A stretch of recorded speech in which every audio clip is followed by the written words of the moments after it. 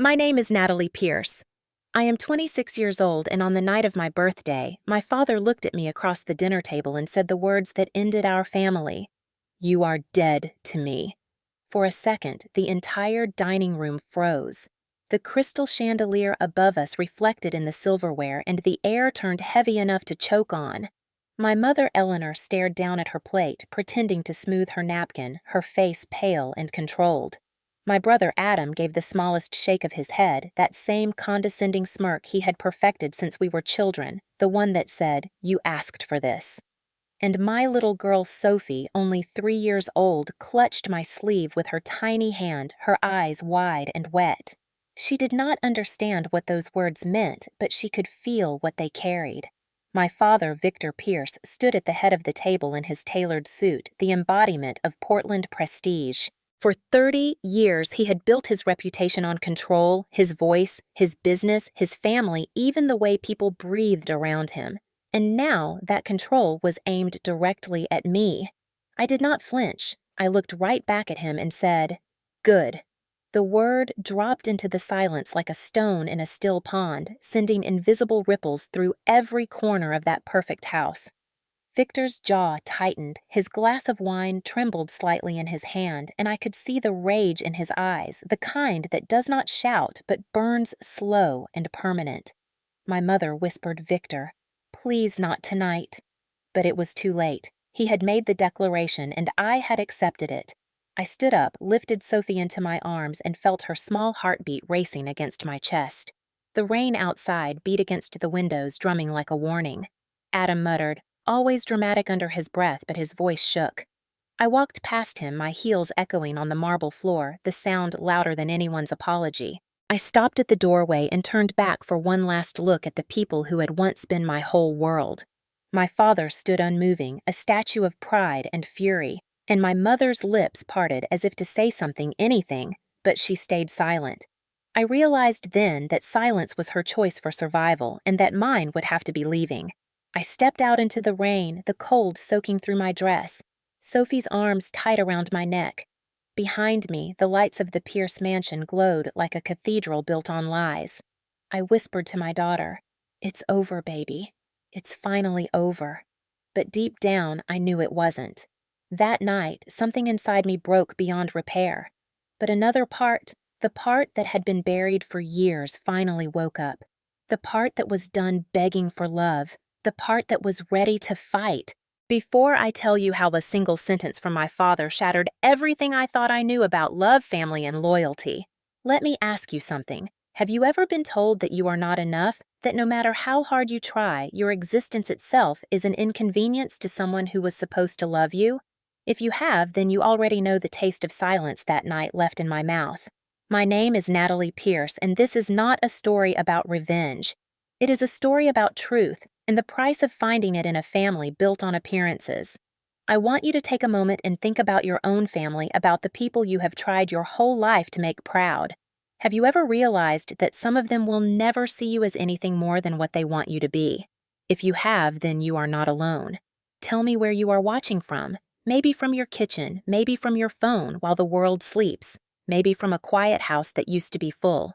If my story makes you feel seen, if you have ever had to choose peace over approval, hit subscribe and stay. Because what happened after that night changed everything I believed about blood forgiveness and freedom. Before that night, I was the good daughter, the one who followed rules, who smiled through discomfort, who carried the weight of peace in a house where peace was performance. My father, Victor Pierce, was a local legend in Portland's financial world, CEO of Pierce Investments, a man whose handshake was as valuable as a contract. He loved power, precision, and obedience in that order. My mother, Eleanor, was the quiet architect of that obedience. She wore pearls and secrets like armor, kept the house spotless, and pretended our family was something worth envying. And then there was Adam, my older brother by 4 years, golden boy from birth. The captain of the basketball team, the pride of Pierce Investments, the one who inherited both my father's office and his arrogance.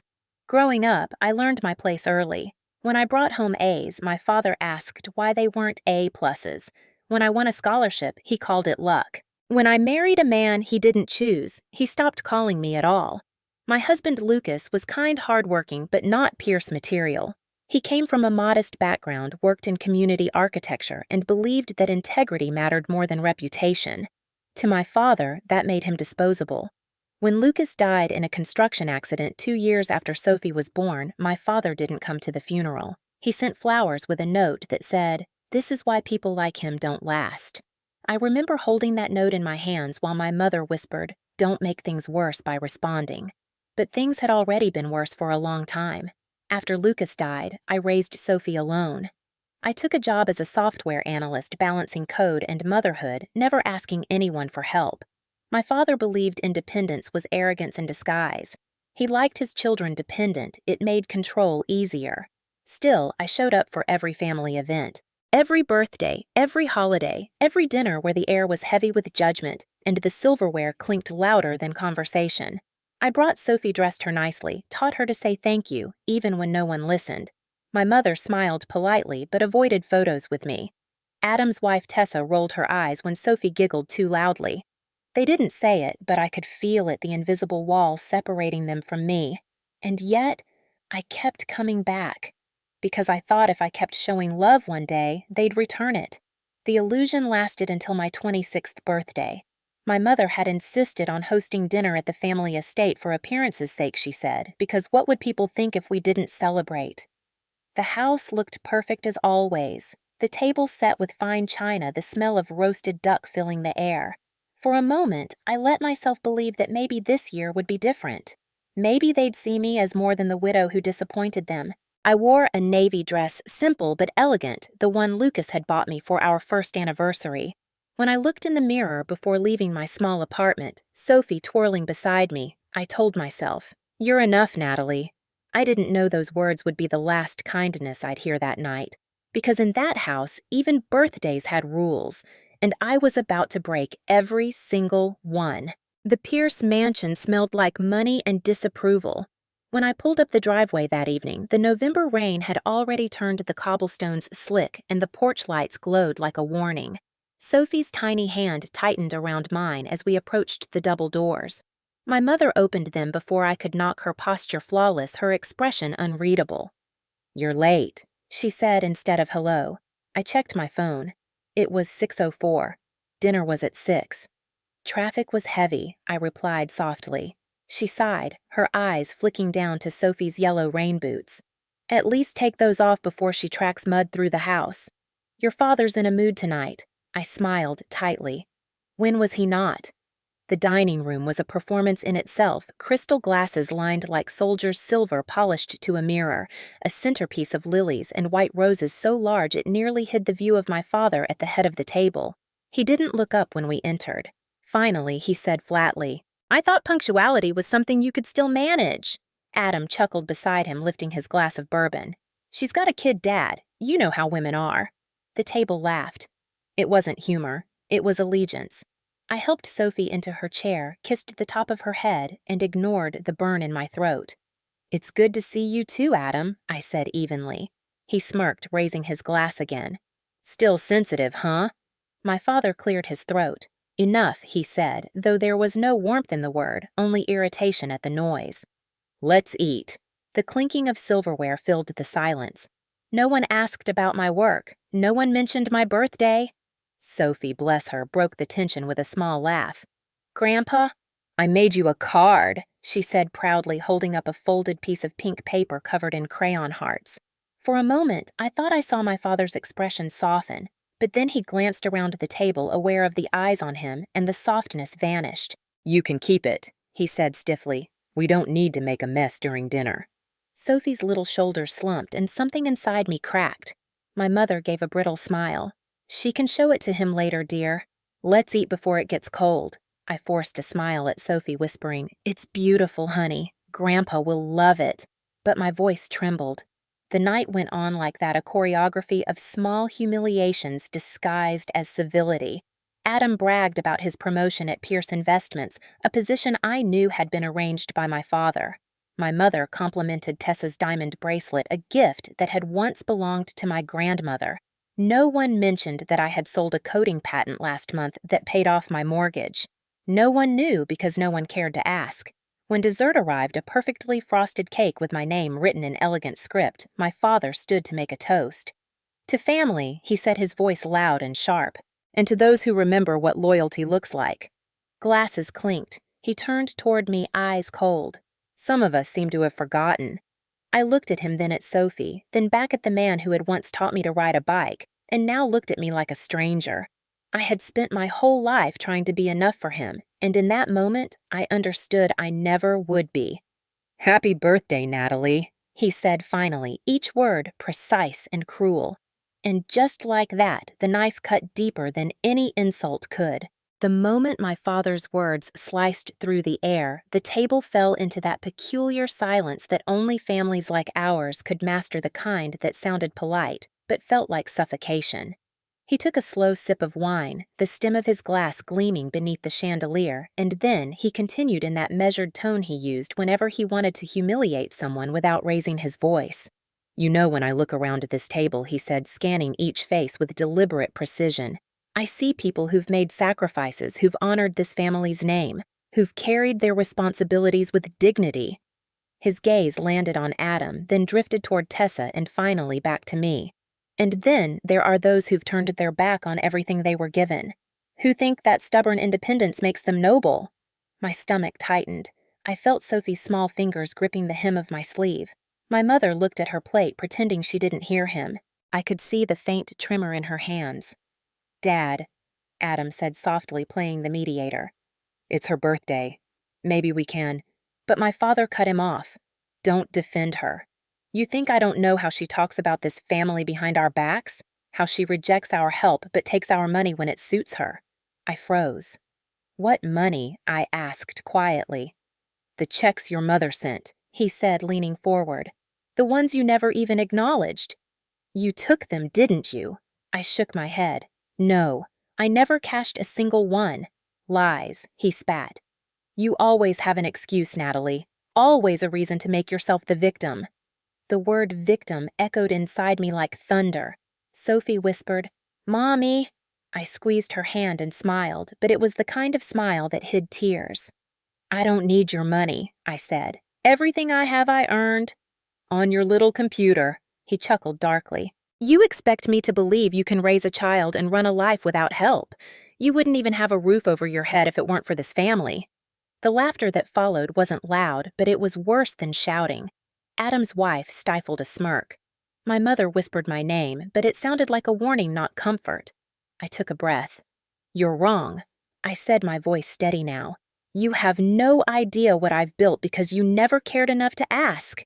His eyes narrowed. "What you've built is shame. A dead husband, a broken home, a child with no father. Tell me, where's the success in that?" The words struck like blows. For a moment, I thought I'd forgotten how to breathe. Sophie's lip trembled, and I saw confusion turn to fear. "Don't you dare," I said, rising slowly from my chair. "Don't you dare talk about Lucas like that in front of our daughter." "Sit down," he barked, slamming his hand against the table. The glasses rattled. Sophie flinched. "This is my house, my table, and you will not tell me what I can or cannot say." I looked straight into his eyes. "Then I will not stay in your house." The muscles in his jaw tightened. "You walk out that door, Natalie, and you're no longer part of this family." My mother gasped. Adam muttered, "Dad, stop." But it was too late. The fury in his eyes had gone past reason. I felt something inside me shift, something final, something liberating. I picked Sophie up, her arms wrapping around my neck. The rain outside had turned to hail, tapping the windows like impatient fingers. My father stood towering, trembling with rage, his voice low but venomous. "You're dead to me." For one heartbeat, time stopped. Then I met his gaze, every ounce of pain and love gone, and said the only word that still belonged to me. "Good." The room erupted into chaos after that single word left my mouth. My father's face went scarlet, veins rising at his temples, and my mother's hand flew to her chest as if she could hold her heart together. Adam muttered something to his wife, who whispered, "She finally lost it," under her breath. But I wasn't the one who had lost anything. For the first time in my life, I felt something close to freedom. I turned toward the door. Sophie in my arms, her cheek pressed against my shoulder, the soft sound of her hiccuping breaths. All that mattered. Behind me, Victor Pierce's voice followed like thunder. "Don't you walk away from me, young lady. You'll regret this. You think you can survive without us.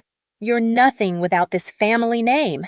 I stopped, turned slightly, and met his gaze across the dining room where so many of our family dinners had ended in polite cruelty. "You're wrong," I said, my voice shaking but clear. "It's the Pierce name that means nothing without love."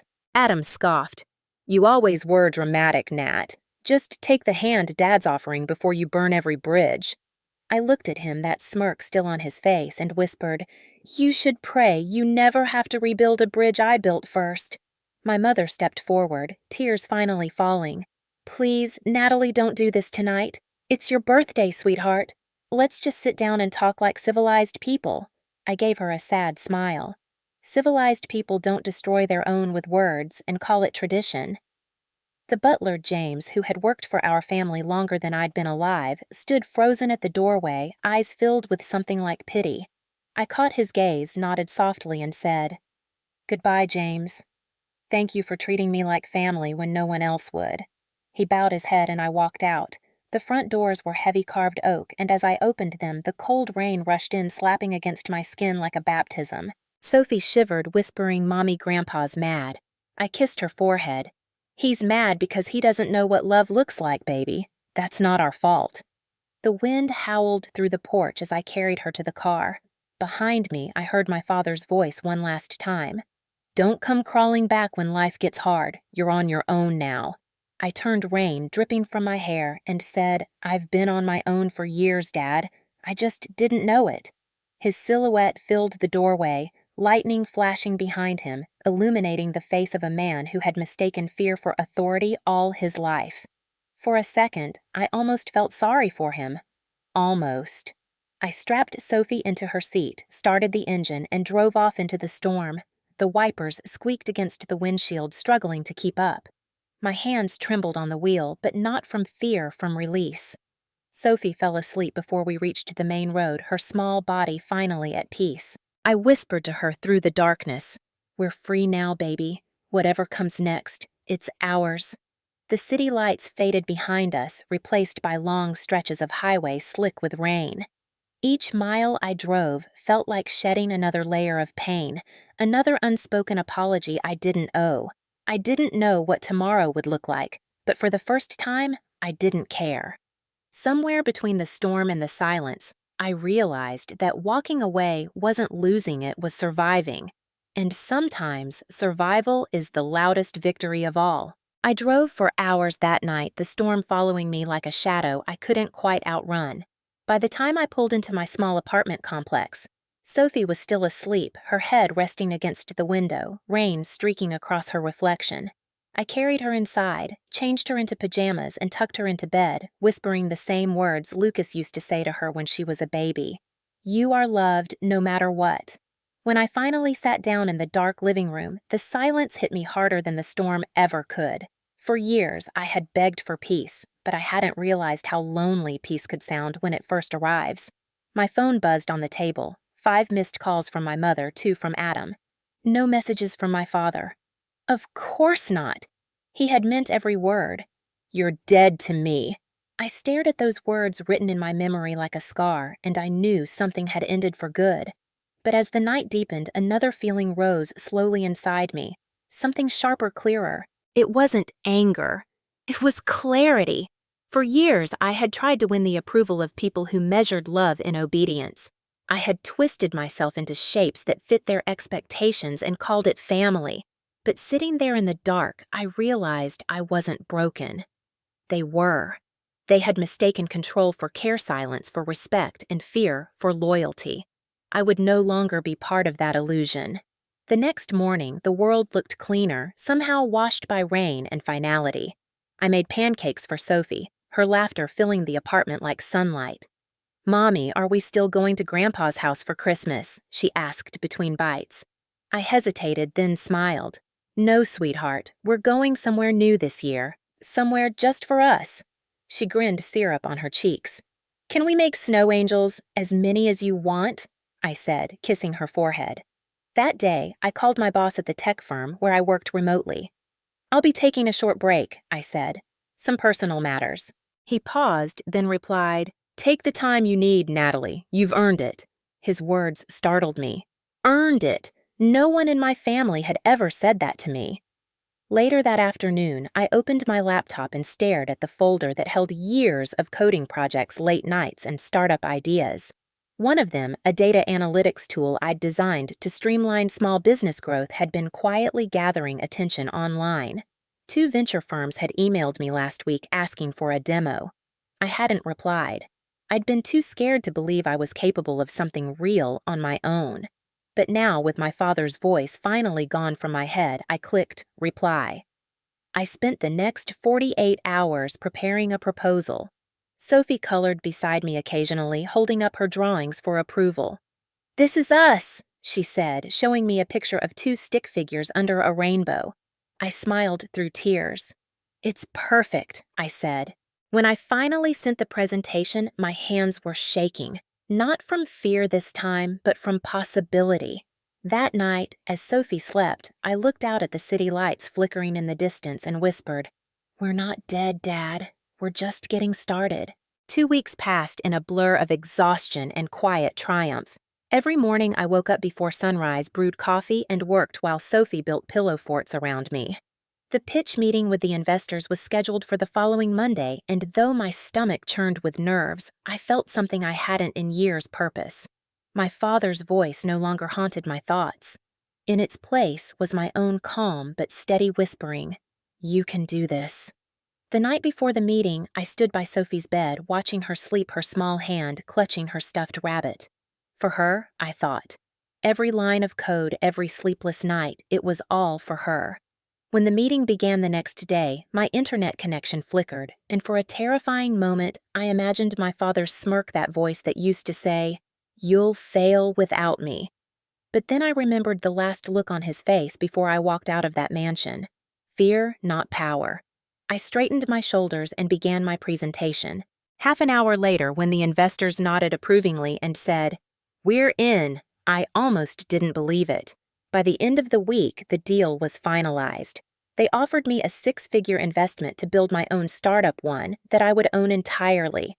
I signed the contract, hands trembling, and realized I had finally built something no one could take away. That night, after I tucked Sophie into bed, I poured myself a glass of wine and sat on the balcony. The air was cold, but the stars above Portland were clear, sharp, endless. My phone buzzed again this time, a message from my mother. It read, Your father isn't well. Please come. I stared at the screen for a long moment, my heart pounding. Part of me wanted to delete it. Another part, the one that still remembered being his little girl, whispered, Go. Against my better judgment, I went. The mansion looked smaller than I remembered. My mother opened the door, her face drawn and tired. He's in his study, she said. He hasn't eaten all day. I hesitated at the doorway. Does he want to see me? He asked for you, she whispered. I walked through the long hallway, my footsteps echoing on marble. When I reached the study, I found him sitting behind his desk, staring at a cold fireplace. His hair looked grayer, his shoulders smaller. He didn't look up until I spoke. You wanted to see me. He turned slowly, his eyes glassy. Natalie. The sound of my name in his voice almost broke me. You're not dead after all, I said softly. A faint smile tugged at his lips. You always had your mother's wit. I crossed my arms. What do you want, Dad? He looked down, his fingers tracing the rim of an empty glass. I heard about your company, he said quietly. The Pierce name. People are talking. It's not the Pierce name, I corrected. It's mine. He nodded slowly. I suppose it is. A long pause filled the room. Finally, he said I was wrong about you. I didn't respond. He looked up, the same prideful man, but diminished as if life had finally stripped away the armor. You were right, he said softly. Love without control. I never learned that. I met his gaze and said, It's not too late to start. But even as I said it, I could see the regret in his eyes, heavy, permanent, and years too late. My father's confession hung in the air like the faint scent of smoke after a fireproof that something had burned but too late to save what was lost. He gestured toward the chair across from him. "Sit," he said softly. I did, though part of me wanted to turn and walk out again. The study felt smaller than it used to, or maybe I'd simply outgrown its power. The walls lined with framed awards newspaper articles and family photos, all curated symbols of success, now looked like relics of a man who had mistaken image for love. "I saw the news," he said after a long pause. "Your company, Pierce Analytics, is trending. Congratulations." "It's called Lumina," I corrected. "And it has nothing to do with the Pierce name." He nodded, the admission cutting through him like glass. "Your mother showed me the article," he continued. "They called you a pioneer for women in tech." His voice faltered. "You should be proud." I waited, but there was more he wanted to say and less courage to say it. "Do you want forgiveness, Dad?" I asked quietly. "Or do you just want to feel better about yourself?" He exhaled slowly. "I want my daughter back." For a moment, I almost forgot the years of silence, the words that had carved wounds too deep for apologies. But then I remembered Sophie crying in the car, my hands trembling on the steering wheel, the rain washing away a lifetime of humiliation. "You can't have her back," I said evenly. "She's gone. The woman who kept trying to make you proud, she died the night you said I was dead to you." His face crumpled, the first time I'd ever seen his mask break. "I was angry," he whispered. "You embarrassed me, rejecting everything this family stood for." "You mean control?" I said sharply. Loyalty that meant silence. Tradition that meant obedience. "You taught me that love was a transaction, but I don't owe you any more." He nodded slowly, his eyes glistening. "I know." Outside, the rain began again, faint at first, then harder, drumming against the windows like memory. "I lost a lot more than a daughter that night," he murmured. "I lost my pride, my company's trust, and my family's respect. Adam barely speaks to me now. I didn't feel sorry for him, but I felt something deeper, a strange calm. Maybe now you know what it feels like," I said, "to lose something you thought you owned." He swallowed hard. "I don't expect you to forgive me. I just wanted to tell you that I see it now. What I did, what it cost." I stood, my heart heavy but steady. "It cost you me," I said simply. "But it gave me back myself." His eyes followed me as I turned to leave. "Natalie," he said, his voice breaking. I paused at the door. "Sophie," he said softly. "Tell her her grandfather is sorry." I nodded once. "Maybe one day if she asks, I'll tell her that." I walked out without looking back, my heels clicking on marble that once felt like a cage. In the foyer, my mother was waiting, her hands clasped tightly. "He's not the same," she whispered. "Neither am I," I said. As I stepped into the rain, I realized forgiveness wasn't always mercy. It was boundary. And sometimes the kindest thing you can do for someone who's hurt you is to let them live with the silence they created. In the days that followed, I felt the strange lightness that comes after a storm, a quiet space where grief and relief coexist. My father didn't call again, and I didn't expect him to. Some wounds weren't meant to be reopened, only understood. But the echoes of our conversation lingered in me, reshaping something deeper than anger. For the first time, I felt pity, not for myself, but for him, for a man who spent his entire life mistaking dominance for devotion. Meanwhile, Lumina began to grow faster than I could have imagined. My team expanded, investors poured in, and news outlets started calling it one of the most promising female-led startups in Oregon. I didn't celebrate with champagne or interviews. Instead, I took Sophie out for ice cream and watched her laugh with a freedom I never had at her age. That was my victory. One afternoon as I was leaving the office, my phone buzzed again, my mother. "Your father's in the hospital," she said, her voice shaking. "Heart attack." "He's stable, but—" I felt the world tilt for a second, memories colliding with the present. I wasn't ready for this. "Does he want to see me?" I asked. "He keeps asking for you," she whispered. I drove to the hospital that night, the same rain following me like a ritual. When I entered his room, he looked smaller than I'd ever seen him, pale against the white sheets, tubes, and monitors surrounding him like a halo of mortality. His eyes flickered open when he heard me. You came, he said weakly. I almost didn't. I replied honestly. He nodded slowly. You shouldn't have to. I deserve to die alone. I swallowed hard. No one deserves that. Not even you. A tear slid down his temple, disappearing into his hair. I watched the interview you did for Lumina, he whispered. You said something. That love without respect is just control. You were talking about me, weren't you? I didn't lie. Yes. He nodded again, a faint smile breaking through the pain. Then maybe I finally taught you something worth remembering. I sat beside him, silence stretching between us like fragile glass. Do you still hate me? He asked. I looked at him. Really looked at him not as the man who ruined my childhood, but as the broken one who had never learned how to love. No, I said. I just stopped needing you. His lips parted, a shaky breath escaping. That's almost worse, he whispered. It's the truth, I said softly, but it's also peace. We sat there, the machines beeping rhythmically, rain tapping the window like time counting down. Before I left, he reached for my hand, his grip frail but certain. Take care of her, he said.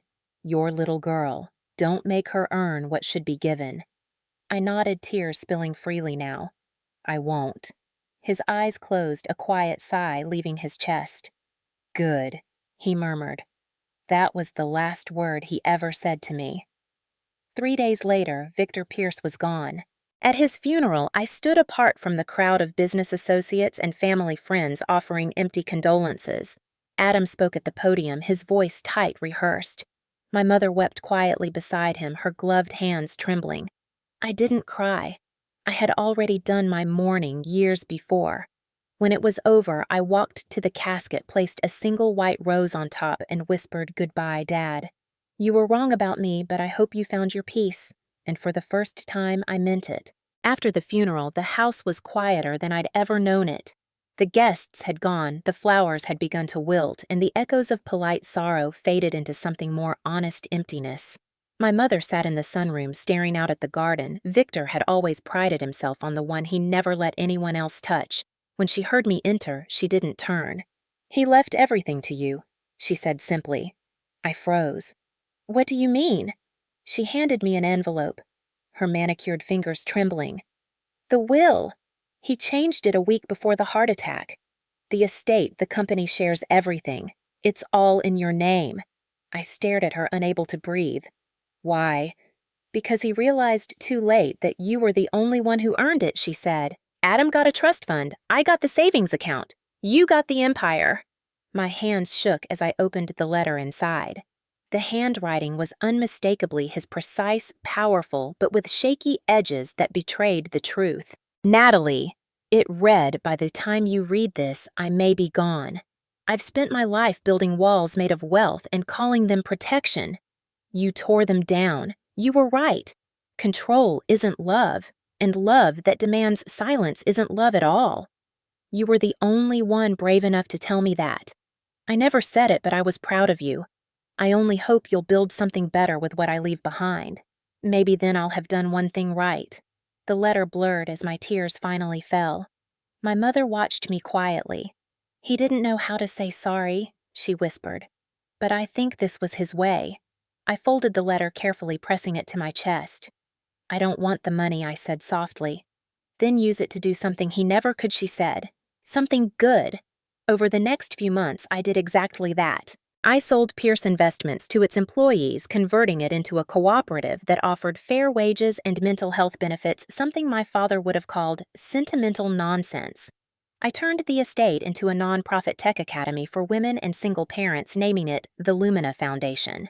And for the first time, the Pierce name stood for something other than control. Adam was furious when he found out. You destroyed his legacy, he shouted over the phone. No, I said calmly. I freed it. My mother eventually moved in with me and Sophie, her brittle politeness softening into something closer to warmth. Some nights she'd sit with Sophie on the porch, teaching her to knit while I worked on new projects for Lumina. Your father would have hated this, she said one evening, smiling faintly, and he would have loved that it's yours. I laughed through tears. The irony wasn't lost on me. The man who once said I'd never amount to anything had ended up funding everything I became. But the real twist wasn't the inheritance or the empire. It was the truth that redemption doesn't erase what's been done. It simply stops the cycle from continuing. My father's downfall wasn't his death. It was the years he spent alive without ever learning what love actually meant. And mine wasn't survival. It was becoming everything he said I couldn't be without becoming him. A year after my father's death, the Pierce mansion no longer felt like a monument to control. It had become something else, a place alive with laughter, learning, and second chances. Every morning, the halls filled with the sound of keyboards clicking and voices discussing new projects, new dreams, new beginnings. The women who came to the Lumina Foundation were like I once was: tired, determined, and underestimated. They built apps, launched small businesses, and coded futures their families never believed possible. Sometimes I caught my reflection in the window and barely recognized the woman staring back. Not because I had changed, but because I had finally become visible to myself. Sophie was now 5, curious and fearless. One afternoon, she ran into my office holding a piece of paper. "Mommy, I made a drawing," she said proudly. I looked down and saw a picture of a little girl standing under a rainbow holding hands with a woman beside her. Behind them was a big house surrounded by hearts and flowers. "Who's that?" I asked gently. "That's me," she said, pointing at the girl. "And that's you. And that's Grandpa in heaven."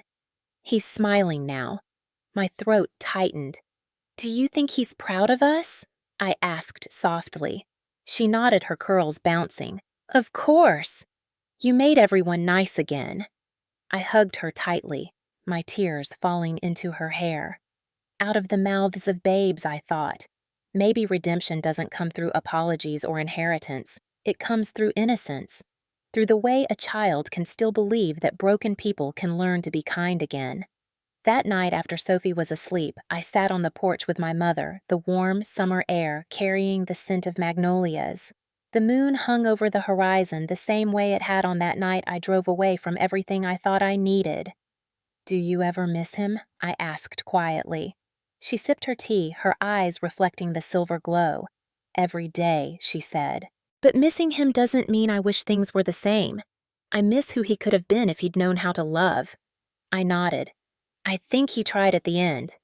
"In his own way." "He did," she said. "And so did you." I smiled faintly. Maybe that's what all of this was for, to break something old so something honest could grow. The wind shifted, rustling the trees, carrying a faint sound that almost felt like laughter. For a moment, I let myself believe it was him, the man I'd spent half my life running from and the other half learning to forgive. The next morning, I stood in front of a group of new students, single mothers, young women, older women starting over, and told them my story. Not the polished version for magazines, but the real one. About the night my father disowned me. About the fear that turned into freedom. About how being dead to someone who couldn't love me was what brought me back to life. When I finished, there was silence, then applause, and then tears, some mine, some theirs. And in that room full of survivors, I understood that my story was no longer just mine. It belonged to anyone who had ever been told they were too much, too little, or too late. I ended with the words I'd once said to my father, the ones that started everything. If someone tells you that you're dead to them, remember, sometimes death is just the beginning of something better. Sometimes it's how you learn to live. The audience rose to their feet, and I felt it, the echo of all that pain turning into purpose. I walked off the stage, the lights warm on my face, and thought, good.